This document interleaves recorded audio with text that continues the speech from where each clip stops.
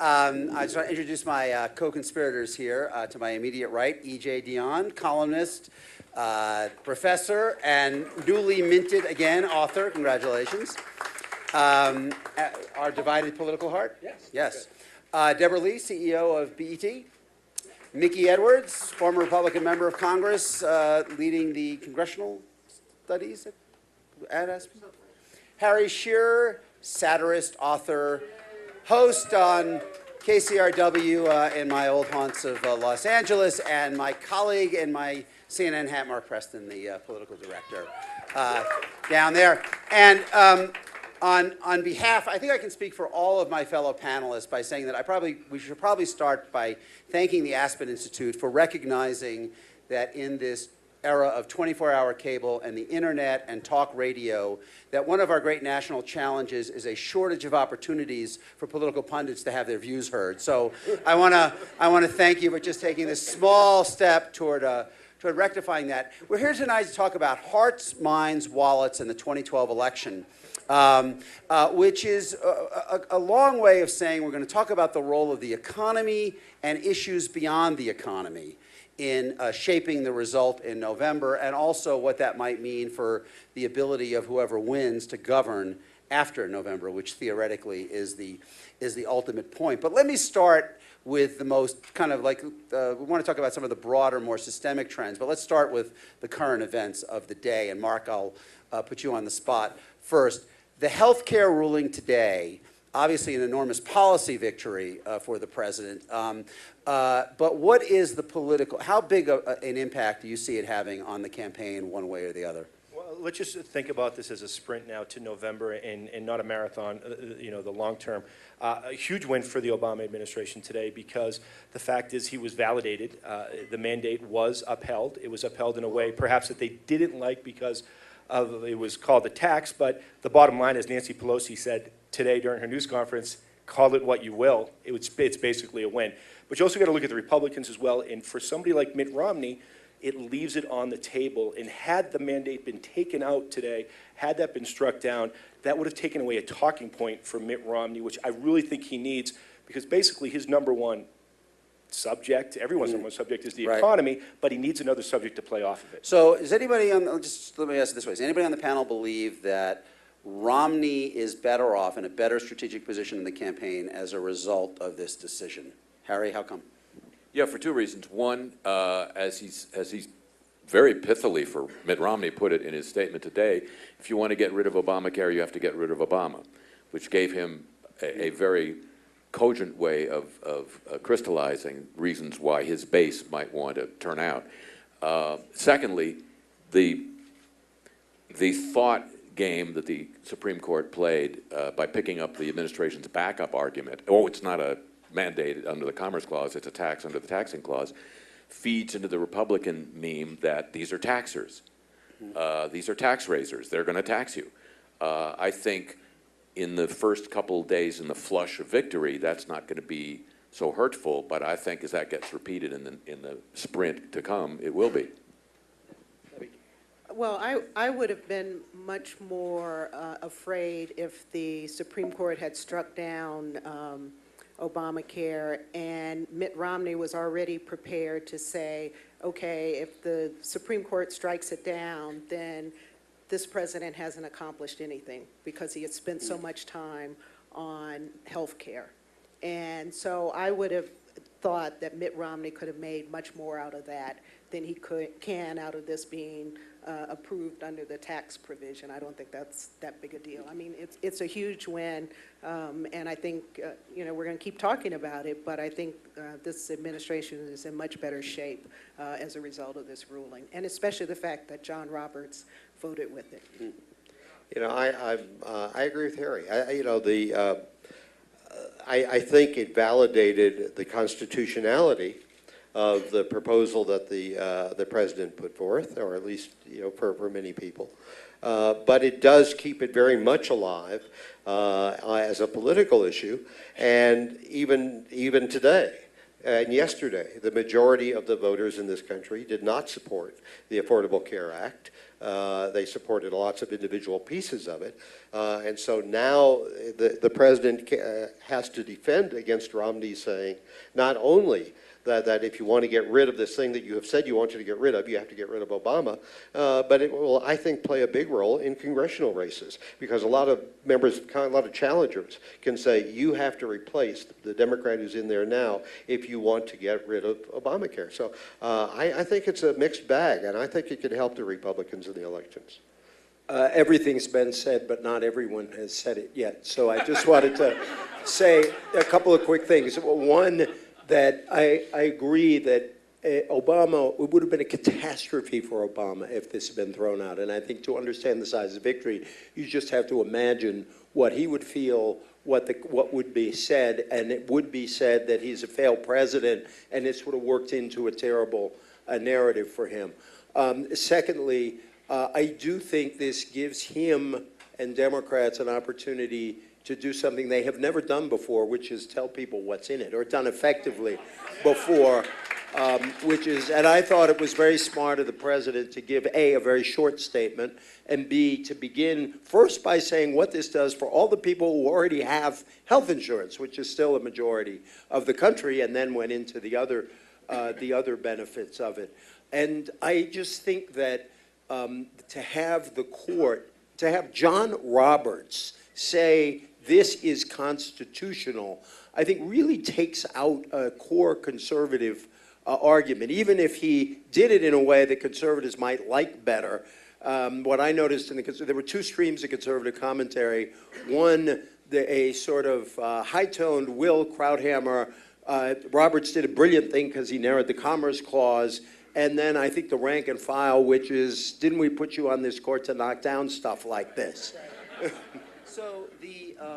So what we're here to talk about is kind of the shape of this race in not only kind of the immediate back and forth, but kind of the larger questions that will be raised, both in terms of the coalitions that each side put together, the arguments they marshal against each other, and what it kind of tells us about kind of the balance of power between two very divergent coalitions at this point in our history. So let me start with kind of a broad question.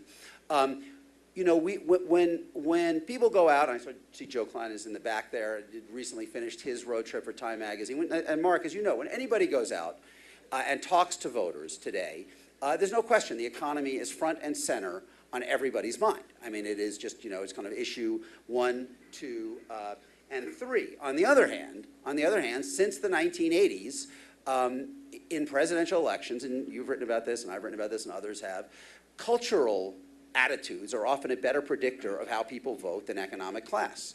You know, as recently as 2008, whites who attend church regularly voted 64-34 for McCain. Those who didn't voted 60-38 for Obama. So if we kind of look at this history of our politics, which increasingly has had kind of a cultural divide, the others are like married, single, college, non-college. Do those sustain through this election, or is this an election that will ultimately be decided in the end by the trajectory of the economy from now until Election Day and the arguments surrounding the economy? EJ, why don't you start us off? It'll ultimately be decided by the economy in the sense that I think Obama is likely to win on the current trajectory unless the economy takes another turn down. Because I think the Romney argument is very simple and straightforward. The economy is a mess. He didn't fix it. Try me.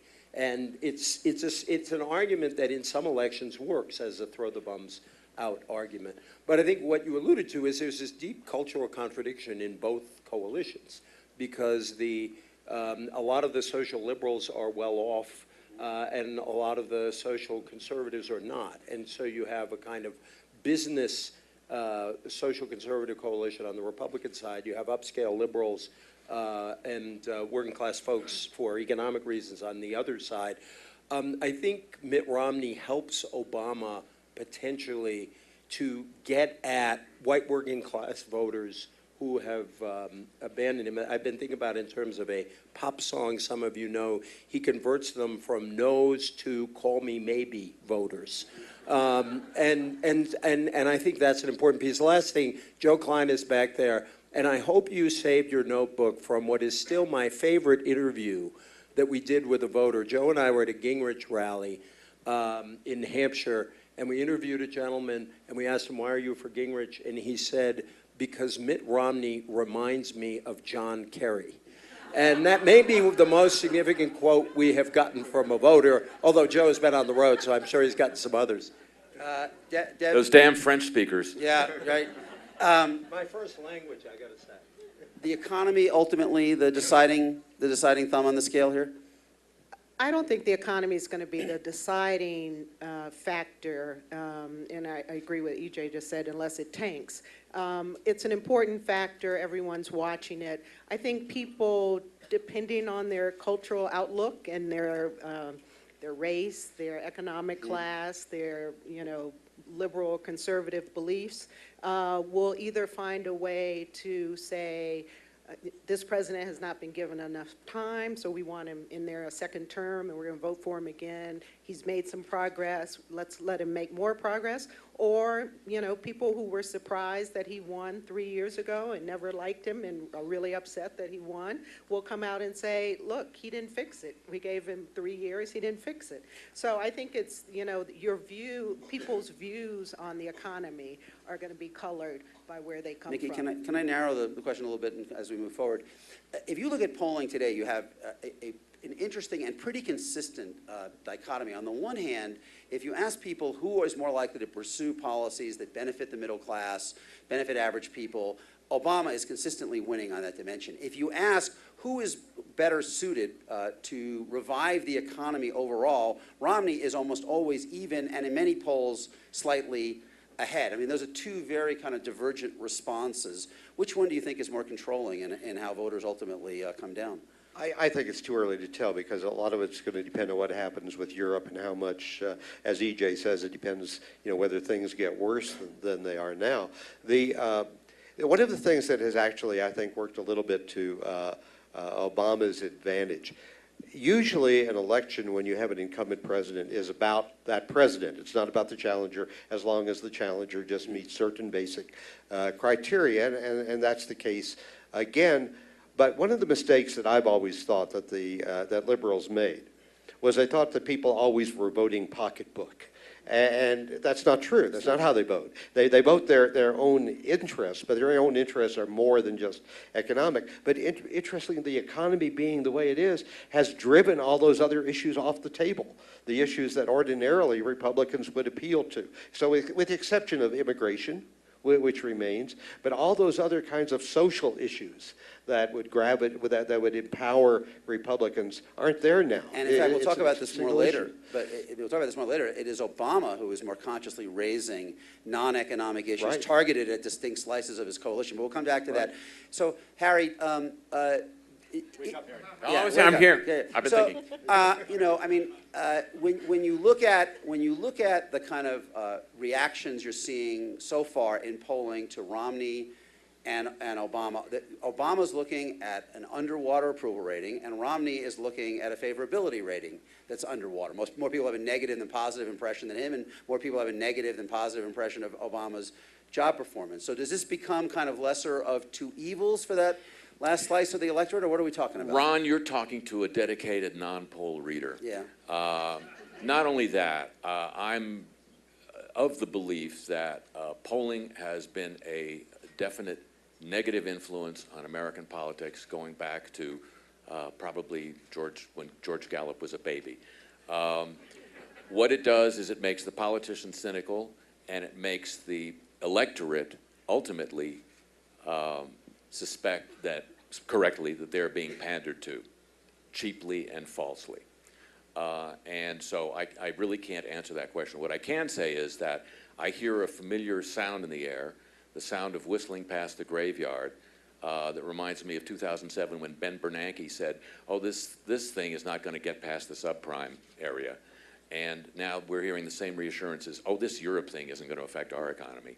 And Europe, I spent a lot of time in London, Europe is so close to the toilet it can taste it. And so, and the whistling past the graveyard would be then not only the economy, but Obama's prospects? If one believes that the economy drives voters, yeah. Yeah, so the flip side, Mark, I mean, clearly one of the ways they've been trying to deal with this, against the risk of, well, not the risk, the reality that in the polls that Harry doesn't read, you have basically not surprisingly, a negative verdict on the question, are you better off than you were 4 years ago, Obama's overall economic management. They've put a lot of emphasis on undermining Romney's strongest claim, his business background, and using the Bain experience to basically say he's not one of you, he's not on your side. That took a lot of guff among kind of the chattering classes in Washington, but as, again, if we look at kind of the polling that is out, recently, it does seem to be leaving a mark on Romney. How important do you think that battle is to define Romney's business experience and what it means for the kind of president he would be? Well, in some ways, it might be the Obama campaign's only real attack against Romney, because you don't want to go after him personally. This campaign hasn't gotten to that level yet, and there's still plenty of time, and I'm sure it will.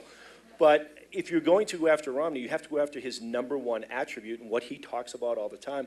You know, I was talking to a Romney senior aide on Monday when we were waiting for the health care ruling to come down, and of course it didn't. It was the immigration ruling that came down, and I said, how are you going to play this? And they said, look, no matter what happens, this is going to be tied to the economy, and that's all we're going to talk about. So when you're the Obama administration, what are you going to do? Or the Obama campaign, the administration, call it what you will.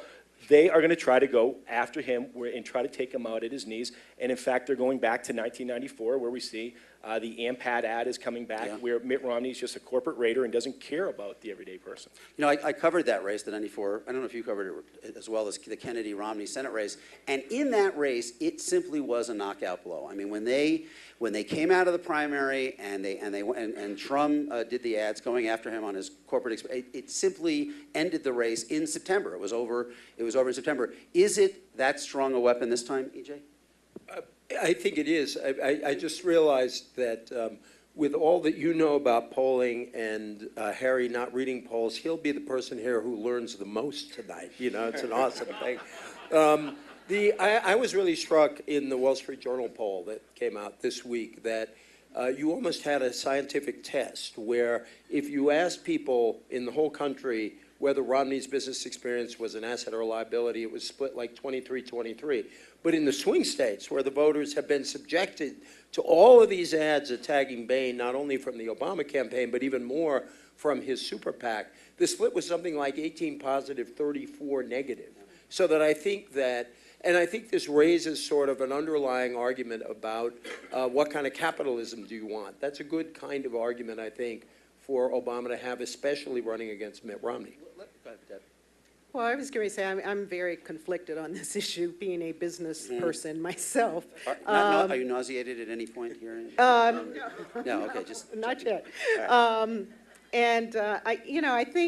I think there are a lot of other issues to attack Romney on, and I'm hoping that at some point he's just going to self-destruct himself, and I think he has the potential to do that. So I think going after his Bain experience, I mean, maybe it works, for people who aren't in business, and, a lot of it is just leadership and how you define leadership, but, I wish they would back off a little bit. On that. In '94, I was teaching at Harvard, and I was right there, and I watched this race unfold. And you're right, the attacks on jobs getting lost in Indiana and other places did him in. But he was not prepared at all. I think that now he's at least prepared for those attacks. He knows they're coming.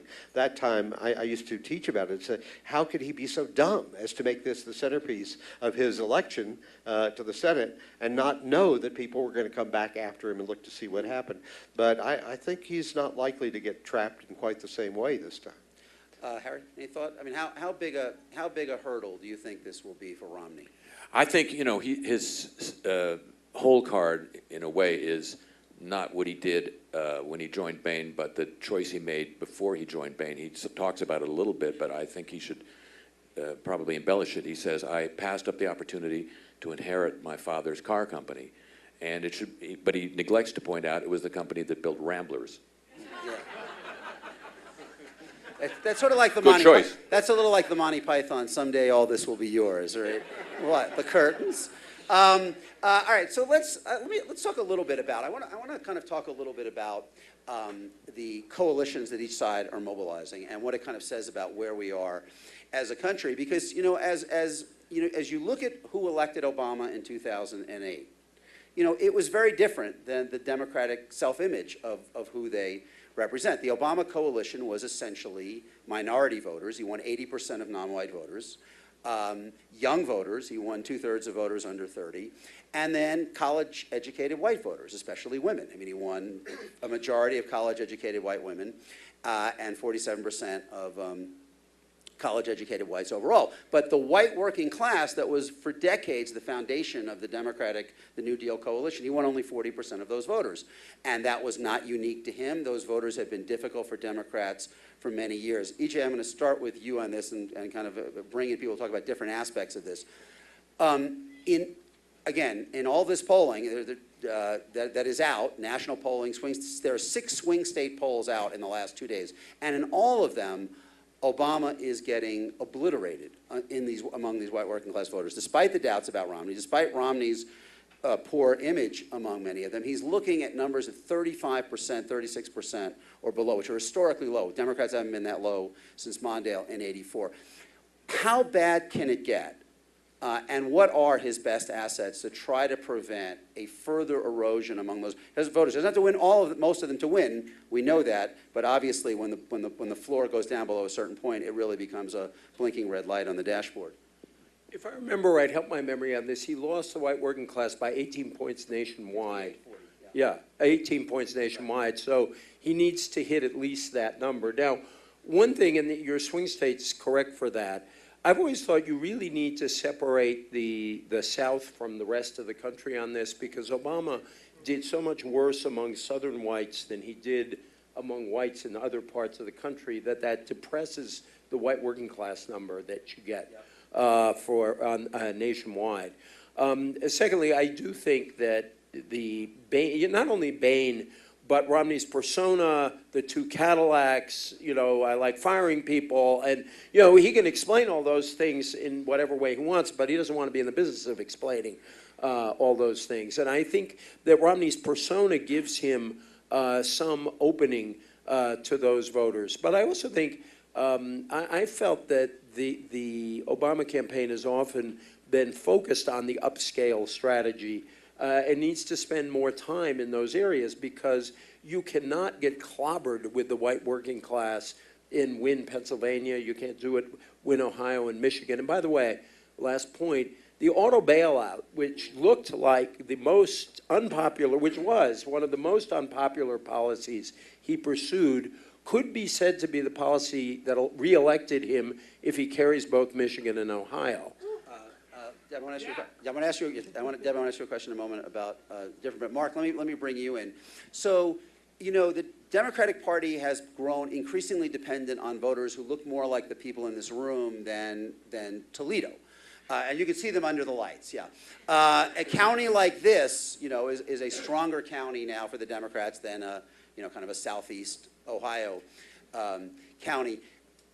When you kind of look at how voters are experiencing the economy, beyond the cultural issue, you talk about how they're experiencing the economy, do you think we are seeing a divergence between kind of white-collar America and blue-collar America on where they think we are at this point on the kind of the pathway to recovery? Yeah, I mean, certainly, and I think we just need to go back to 2008, the 2008 campaign, when Barack Obama said that these folks were, clinging to their guns and religion, which really set him apart and at the time, and of course, he's never really been able to overcome that at the point.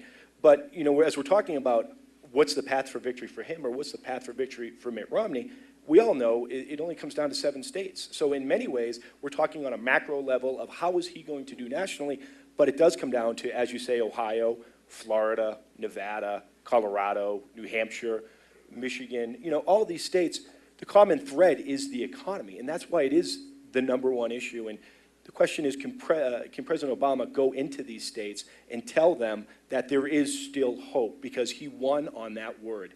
There's hope here, and I just need another 4 years. Now, Mitt Romney needs to come back and say he's had those 4 years, and the hope has given up. So I think, as we go for the sprint, which will now become, I'm sure, will become lexicon as for all the cable shows, we're going to start, the word will catch on. But the bottom line is when we focus on the election, it's really going to come down to the economy. And look what happened to Rick Scott down in Florida, where supposedly, and I suspect it is true, he was told not to talk about how good the economy was doing in Florida, how it was getting better, because that was a message sent back to Romney. Let's come back to that in a minute. But Deb, let me ask you this. As we said, Obama in 2008, he is the first nominee ever to lose whites by double digits and win. Right. And he did that because the minority share of the vote grew to 26%, and he won 80% of them. Right.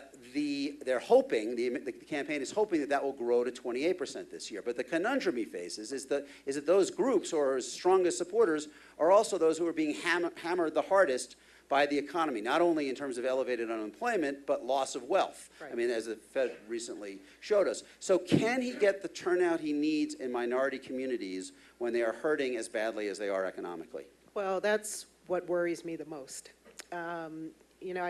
He needs to re-energize his base. And I think a lot of people, especially in the minority community and young people, worked harder than they ever had before for a candidate, wrote more checks than they had ever before, really dug deep so that we would have the first African-American president, and a lot of them are disillusioned.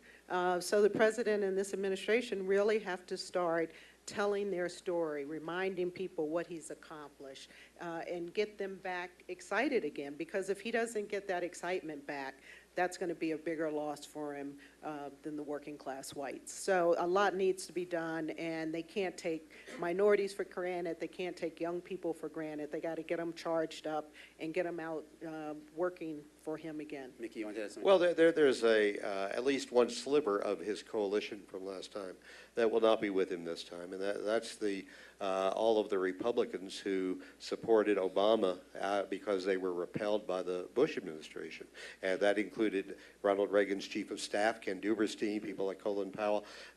So I don't think those people have bought into the Obama presidency. It hasn't been what they hoped it would be. But I think this is longer term, the question you're raising.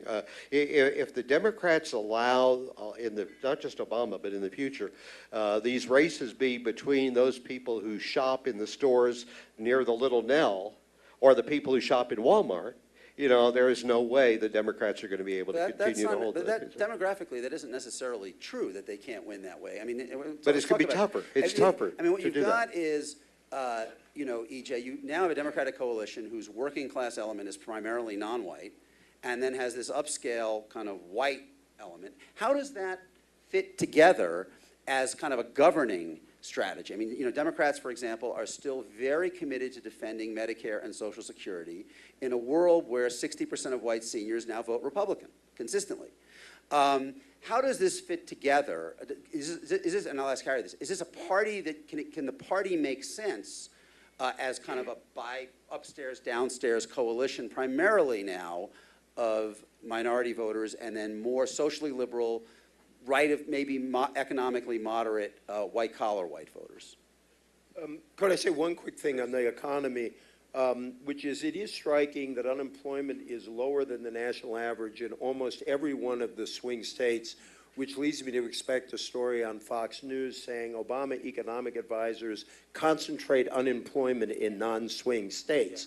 But it'll be intriguing to see if this has any effect. I couldn't agree more. I think that one of the biggest challenges Obama has is young voters, and that you cannot, first of all, you can only run as a national savior one time, and you can only create that kind of feeling one time. But that combined with, the trouble a lot of people under 25 or under 30 are having in this economy, I think it's a huge challenge to him. And that won't be that they'll switch to Romney. It's that they just won't vote. On this whole issue of the upscale, downscale Democrats, I should say, as a matter of principle, I think it's immoral for progressives or the Democrats not to try to win the working class. Because if progressives are in business to do anything, it's to lift up those who need the most help in helping themselves rise up. And so I think that it becomes the Democratic Party, to me anyway, doesn't make sense anymore as a party, at least, or unless you go back to its Southern, Confederate roots, it doesn't make sense as a party if it doesn't have that as an element in it. And so I think it is, it is a problem if you ended up with a party that depended so heavily on upscale voters. But it goes back to, people who say that working class people don't vote for their economic interests because they vote on social issues. So guess what? A lot of upper middle class liberals don't vote their narrow economic interests because they vote on social issues. And the book could have been called "What's the Matter with Bergen," as well as "What's the Matter with Kansas." Or Pitt, right? Can I jump in on what EJ is saying? The template for an upstairs downstairs Democratic Party in this era is the Republican Party in the 70s, 80s, and 90s. And what it delivered was two things. It delivered economically for the upper middle class and upper class whites, and it delivered cultural symbolism for the working class. And, when you say energize your base, when you've got horrendous black unemployment, when you've got students who are coming out of college with $150,000 loans, unerasable by bankruptcy hanging over their heads, unable to create households, unable to get jobs, you have to resort to symbolism. And so let's talk about that, because Marcus, part of the strategy, and clearly part of the Obama strategy has been to try to isolate, in a reverse of what Republicans did in the 70s and 80s, cultural or at least non-economic wedge issues aimed at specific slices of their coalition. So for Hispanics, there's been opposition to SB 1070 and the Administrative Dream Act. For young people, there's been drawing the line in the sand on student loans. For the upscale, more socially liberal white women, there has been the contraception fight with the Catholic Church that EJ has chronicled so well, violence against women, and equal pay. There's gay marriage. By the way, almost all of these are positions that add further problems with kind of culturally conservative white voters. And they've been willing, in a way that previous nominees haven't been, to take that risk. So can this be an effective strategy to cobble together in kind of a coalition, narrow casting kind of way, a majority, or do you think the economy just kind of is a wave that overwhelms it? It's twofold. Look, everything that you just mentioned there, and Lilly Ledbetter, it might have been the first bill that he actually passed, right? So everything that you just mentioned is that for working class, excuse me, EJ. But look, everything you just said, he promised he would do. Okay, and so he has done that, but he was also playing to what his base was. He made the promise to his base, and he fulfilled his promise. Now, of course, it was very messy with the whole idea. When we were talking about same-sex marriage and all that, it turned very messy, and he was able to maybe put a Band-Aid over it, but it wasn't the way that he wanted it to come out.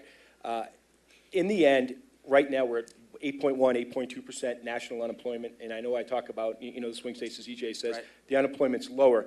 The bottom line is that if the economy does go down, if we are on a wrong track, then Barack Obama will not get reelected. And that's, we talk about the cultural issues, we talk about the social issues, but let's not forget there are a lot of people out there that don't have homes, a lot of people out there that have lost their jobs, that have friends that have lost their jobs, and I think that we're seeing that this is an election that we haven't seen, certainly in my lifetime, where the economy, in the end, will be the overriding issue. Nikki, go ahead. I just want to mention, you just touched on it, what's going on with women and what the Republican Party has done to women recently with this whole debate over contraceptive and, not having women on the panel to talk about it. I mean, I was talking to a young woman today in town from Vietnam, and she was saying, this is going to mobilize women. This is going to make women come out in higher numbers and vote against the Republicans. So I think that's an issue that, we should look at, and I don't think Republicans are really focused enough on the harm they've done. I mean, we're refighting issues we thought we had settled long ago. It's like, where did this come from? Yeah. And just interesting, just as a point worth noting, and the applause kind of underscores the point, the gender gap is almost entirely an upscale phenomenon at this point. Among white women without a college education, the working class moms, Obama is doing almost every bit as badly as he is among the white working class men. But there is a big difference between the college educated white women and the college educated white men. And those college white women are, if he wins, it is entirely possible that those are the voters who will save him, because he won a majority of them last time, and they are sticking with him in all of those polls people aren't reading. Mickey, can I ask you this? A lot of Republicans, and I think Mark's comments kind of suggested this, a lot of Republicans feel that this may be like 1980, where Carter was holding, competitively in the polls, almost all the way throughout, but there was an enormous sense that the country was on the wrong track. And in the end, when Reagan in the debates provided a reassurance that he was not going to, blow up the world, at least on day one, that there was a massive movement away. And the evidence for that is that Obama is kind of overperforming the relative sense of dissatisfaction with the country's direction. Do you think there is a risk for him, which I think Mark was suggesting as well, that the economic pessimism in the end could coalesce around Romney if he reassures people in the fall?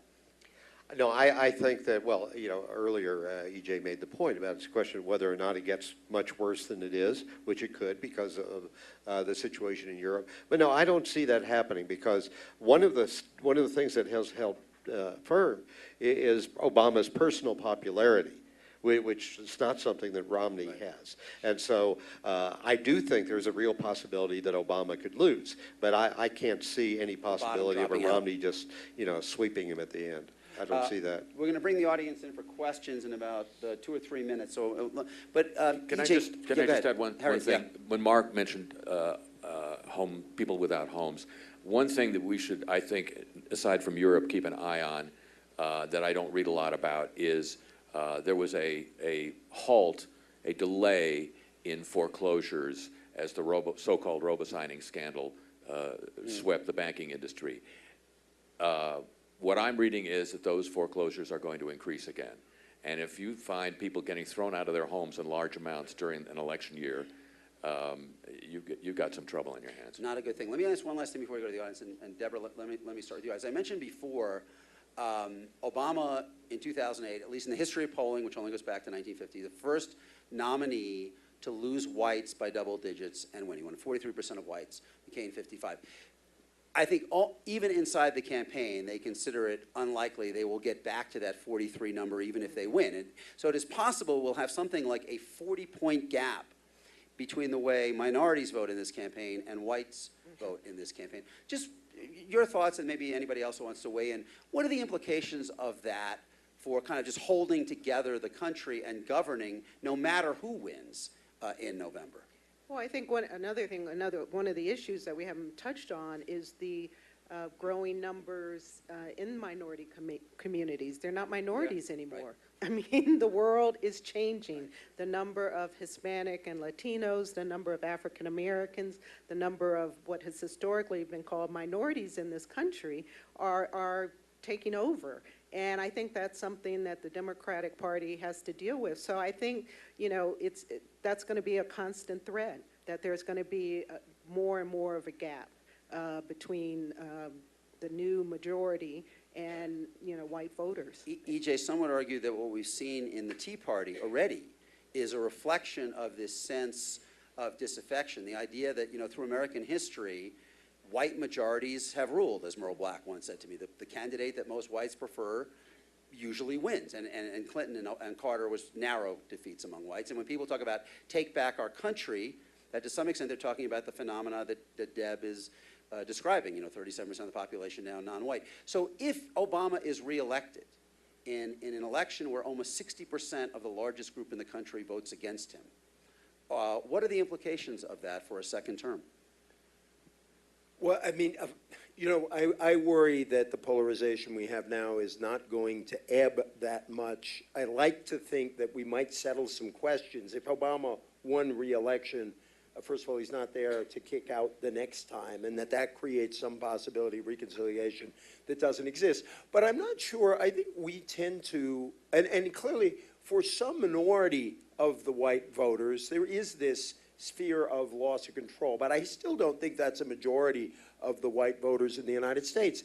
And I think that we have gone through exactly this kind of transition before, that FDR brought a whole bunch of groups, or your urban people as opposed to rural people, Jews and Catholics as opposed to Protestants, that FDR created a new cultural majority too, and he brought in African Americans, taking them from the Republican Party. So he had a polyglot coalition that was a form of inclusion for the previously left out or the rising groups in the society. And so I'm not sure this is so different in our history that we tend, I think that there's this underlying, it's almost a half racist thing that because the new groups coming up are browner or yellow, that this is really different. But in fact, they used to think of Italians as people of color when they came into the country back then. And so, and I think we're gonna, I have a lot of confidence in our nation's capacity to include new groups,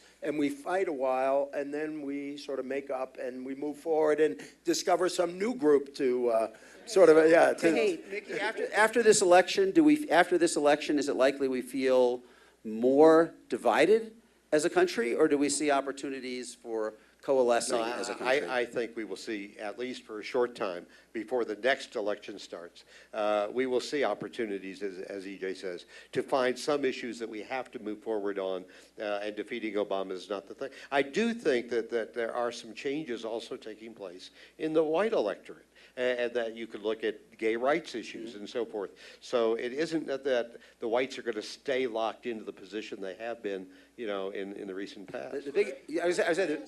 Yeah. Just, he's been very, very disciplined. Can you tell everybody the title of your book that's coming out next month? Because it bears very much on this question. Oh, thank you, EJ. I have a new book coming out next month from Yale University Press. For those who read it, it's an expansion of the article I had in The Atlantic just about a year ago. And the title of it is The Parties versus the People: How to Turn Republicans and Democrats into Americans. That's great. Great challenge. Mark, and then we'll go to the audience. Let me just be dour, because that's just how I am. Let's assume that President Obama wins re-election. It's going to get really ugly in Washington really quick, because it is the Bush tax cuts. There'll be a huge fight for that. The sequestration, where we're going to see enormous cuts all across the board. If we think things are bad right now, don't come to Washington after November, because it is going to be ugly. Because it is entirely possible that everything will be more closely decided in 2012 than it is now. The presidential race will be more narrowly decided than in 2008. The Senate will have a narrower majority, and the House will have a narrower majority. We'll be more closely divided. At the same time, we are more deeply divided. And that, people will be that exhausted. Is all these folks will be going back to Washington. Some will have lost. Some will be exhausted. Right. Deb, you want to say something while we're No, finding well, our I was first just going to say I've lived in Washington 32 years, and the past 3 years have been, the most divided I've ever seen. And to, have a government almost come to its knees and be unable to do anything just because one party wants to make the president look bad is just incredible. So I think one thing is clear in answer to your other question. One thing that this election is going to show us is that we're not in a post-racial era at all. That race is still very important, and I think we're going to be more divided for a while, and hopefully all these other issues will bring us together, but they haven't yet. All right, let's see. What do we got? Right here. Go ahead. I'm being told. I should go ahead? Yeah. Okay. My name's Larry Gelman, and I wanted to ask a question about something that you didn't comment on. Joe Klein last night, in an unrelated subject talk, but said that in his travels around the country, he had not met a single Republican who was enthusiastic or excited, and I hope I'm quoting him at least accurate, about the prospect of Mitt Romney being their candidate. In addition, the Gallup poll has recently come out and said that there are 18% of Americans who say they could never vote for a Mormon, almost identical to the percentage who say they could never vote for a black.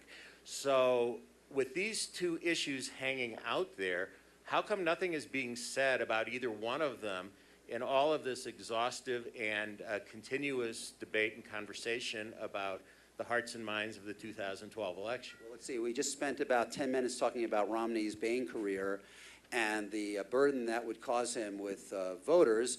So I think the premise of the question is misplaced, that we didn't discuss it, but let's discuss it further. Harry, in your view, you were talking about the role of the economy here. If people believe the economy is going south, can doubts about Romney in other words, if people believe that Obama has not succeeded as president, can doubts about Romney save him? Well, I think Romney has a magic little card that won't be played publicly, but may be played with some of those voters. And that is somebody that white evangelical people have grown to like and admire, who is a Mormon. My theory is that Glenn Beck, his role in history may have been to make it possible for Christians to vote for Mormon for president. Can doubts about Romney save Obama if people conclude that the economy is on the wrong track? I think issues have to be taken into context. So if you're just asking people, you know, could you vote for a Mormon? And they say no. And are you excited about Romney? And they say no. And then it becomes actually Romney does get the nomination, and it's Romney versus Obama.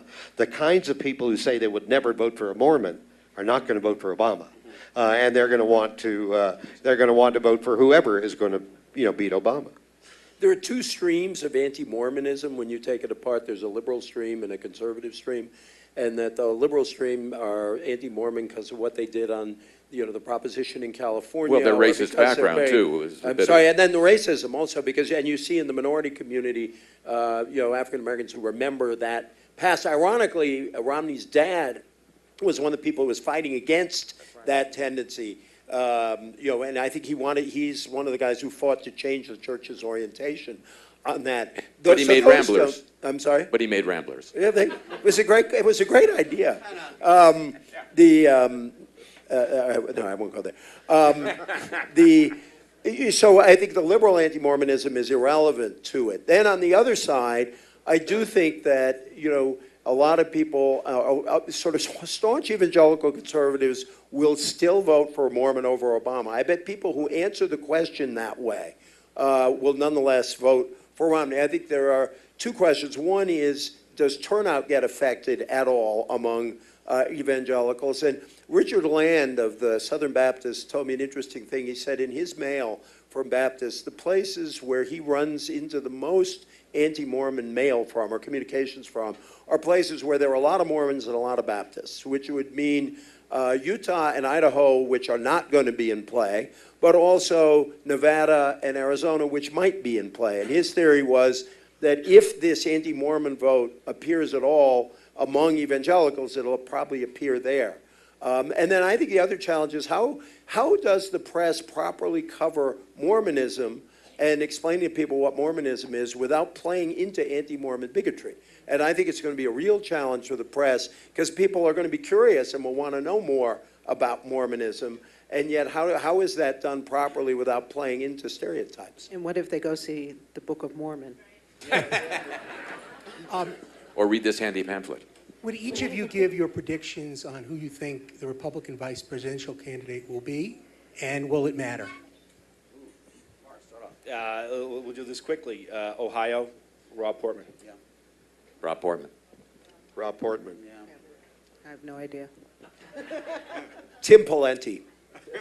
I actually think there is a possibility of either Pawlenty or Jindal, although the conventional wisdom on this keeps shifting. There was Portman, that it shifted to Pawlenty, so I may be one step behind or ahead of the conventional wisdom. Just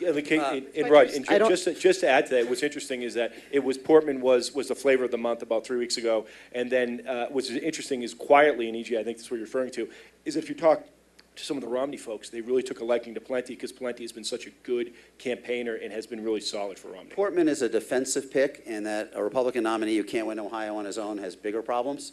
But I think Portman, I don't think Ryan is completely off the table either as something that would be, he may look for something more exciting than Portman in the end. You didn't answer the second question, will it matter? Not that much, I don't think. Well, but if it's Portman and Portman is able to deliver Ohio, then it does matter. Yeah, well, right. The interesting thing about Ohio is the situation. I mean, Ohio would be a situation where Obama doesn't have to win Ohio to win, but if he does win Ohio, it's very hard to see how he loses. I mean, really no Republican has ever won the White House without winning Ohio, and it's more central in the Republican electoral map. So that's what I'm saying. If he picks Portman, it's kind of a defensive pick, and there's no indication that Portman would necessarily tip the state. Let's see. Do we have in the back there? See, you got one.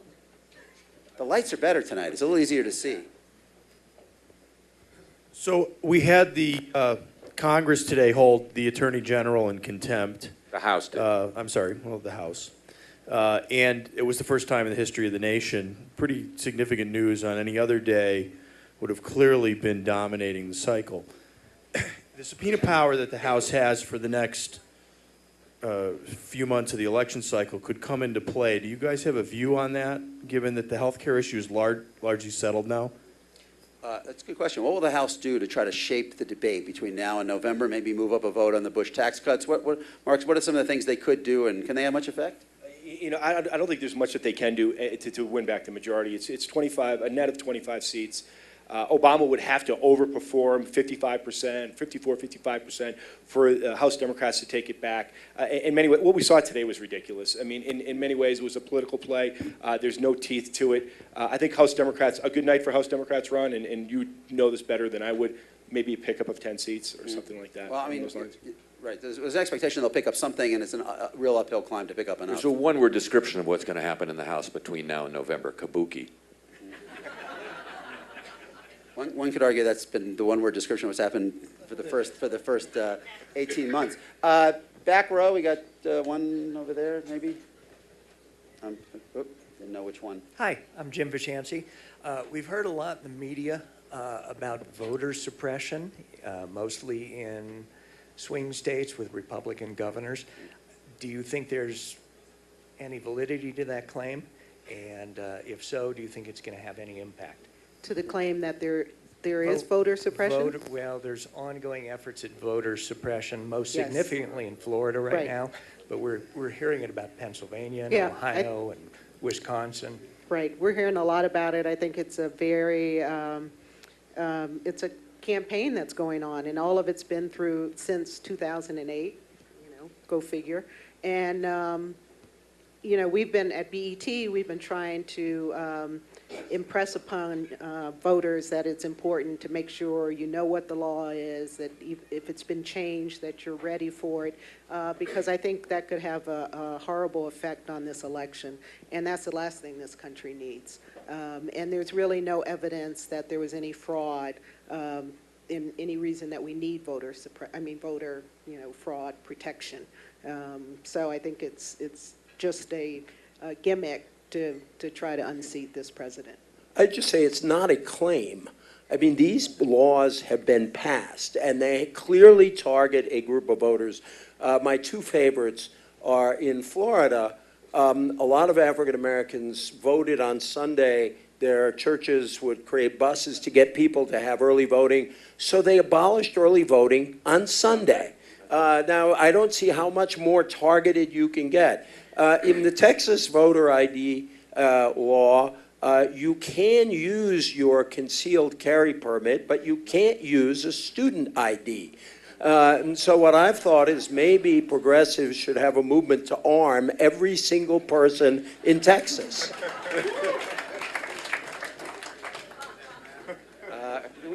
Okay. Votes for votes. Thank you. You've sort of touched on this, but we have Mr. Obama talking about the rich, and he's attacking the rich. So we're getting sort of a class situation going on here, and we're about to get a whole bunch of new taxes coming through. How's all this going to play out? Well, it's interesting. We don't want class warfare, really. Well, let me start. I mean, just think about how different the Democratic definition of the rich is than it would have been 20 or 30 years ago.